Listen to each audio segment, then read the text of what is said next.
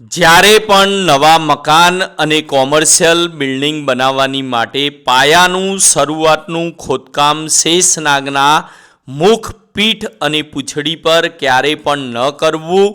સૂર્ય દેવતા સિંહ, કન્યા અને તુલા રાશિમાં હોય ત્યારે સર્પનું મુખ ઉત્તર પૂર્વ તરફના ઈશાન ખૂણામાં હોય છે, તો દક્ષિણ પૂર્વનો અગ્નિ ખૂણો ખાલી હોય છે, તો અગ્નિ ખૂણાથી ખોદકામનો પ્રારંભ કરવો.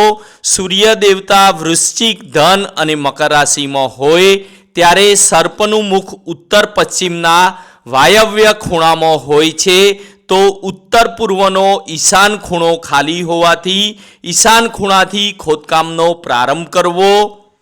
સૂર્ય દેવતા જ્યારે કુંભ, મીન અને મેષ રાશિમાં હોય ત્યારે સર્પનું મુખ દક્ષિણ પશ્ચિમના નૈઋત્ય ખૂણા તરફ હોય છે.